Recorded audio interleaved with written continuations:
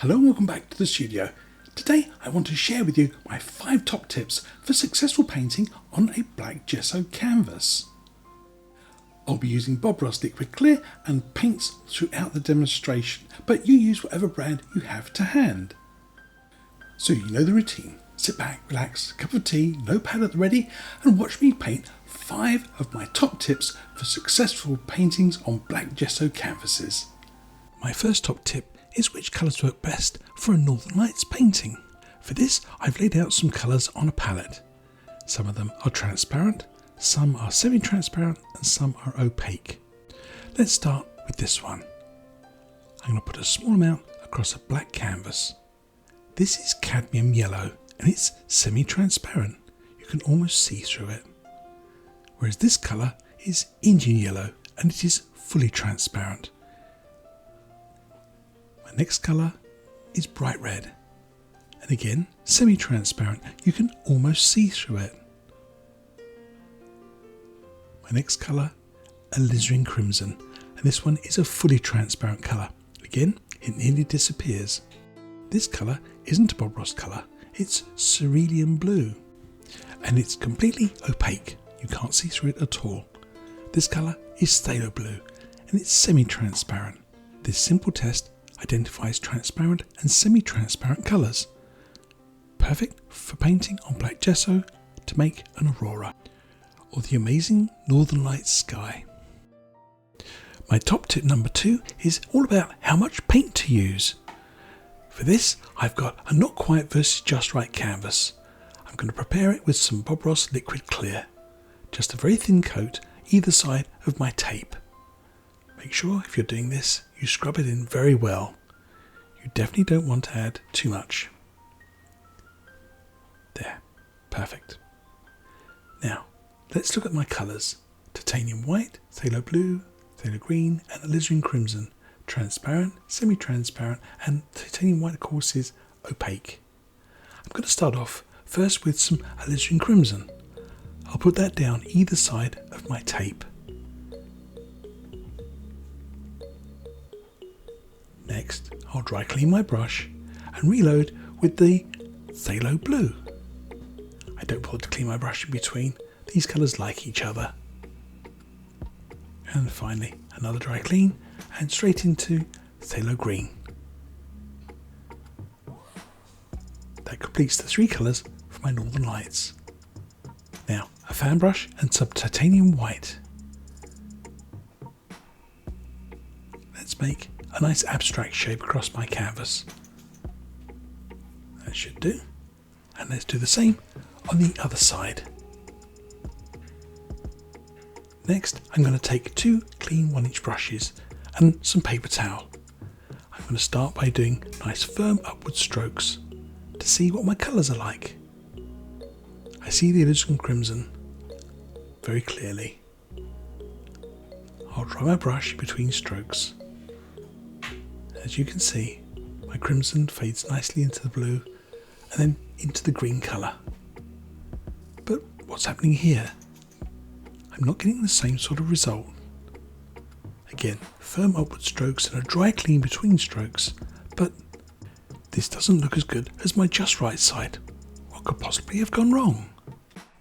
So that's tips 1 and 2, but a very important part of that process was missing, and that's in tip number 3. And I think it's something that people miss most of all. See if you can guess what it was. Gold stars to anybody who shouted out, test your canvas. Always test your canvas. And actually, I did test my canvas, but I filmed it out of sequence. As you can see, on my just right side, the colours are rich and strong. And on the not quite side, well, yes, more oil than paint. An easy mistake, but one I see repeated all too often. Always test your canvas. My top tip number 4 is too much white. Let's have a close look at that canvas. Well, apart from having not enough colour, there's actually too much white on the not right side. It just swamped the canvas. No matter how much colour I would have put on there, it wouldn't have worked. My 5th top tip is dealing with happy accidents. Let's see what's on my canvas. It's a bit of a mystery. I can't remember what colours I have put on here, but I'm sure it'll become apparent quite soon. Just a couple more little stripes of white, and then we can see what sort of aurora we're going to paint. As before, I start with firm pressure and upward strokes. It doesn't take long to see a slight change in colour. Crimson on the left, phthalo green on the right, but what's that new colour coming through? Well, a few more brush strokes and we'll see that what we've actually done is created black. That's right, crimson and phthalo green actually make black. So you've got to be very careful about what colours you put next to each other. But let's fix this. I take a baby wipe and just rub it off. Apply some fresh liquid clear and a couple of new colours. This time, phthalo green and phthalo blue. Now for a question. What do we do next? Hint, it was tip number 3. Yes, test our colours. I actually did test the colours, but I didn't bother to film it. Now, let's start again. A small amount of titanium white. Remember, we don't want to swamp the canvas with colour. And again, firm upward strokes. I was so excited to do this for you that I forgot to wipe my brush between upward strokes, but it didn't matter in the end. It was only a small canvas. As you can see, phthalo green and phthalo blue get on very well together. Small upward strokes. There. Just what I was looking for. I can get rid of the not quite sign. I think we might have a winner. But I didn't waste my alizarin crimson and phthalo green. I turned it into a black colour for a mountain. I couldn't resist doing a little demo for you to round off these 5 top tips for painting on a black gesso canvas. Don't forget, scrape off all that surplus dark colour. That'll only get in your way when you add highlights. Speaking of which, I have some titanium white with a little bit of green mixed into it.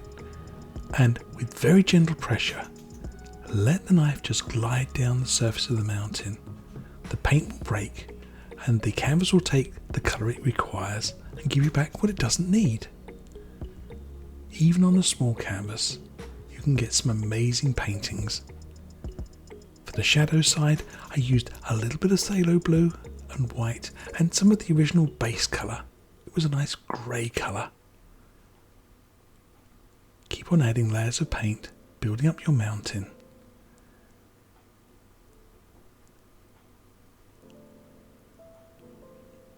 Bonus top tip here. If you over highlight your mountain and you put on too much shadow or too much highlight, go back with a little bit of the original dark black colour and you can do some retouches. Keep adding detail and peaks to your mountain. There. Top tip number 5, complete. And I hope you'll agree, this looks just right. So there you have it, my 5 top tips for successful paintings on black gesso canvases. They're quite easy to follow, and if you do each of these little things, then you'll have much better success with painting things like this painting. And if you want to know how I painted the aurora, then there's a link down in the description below. Happy painting, people!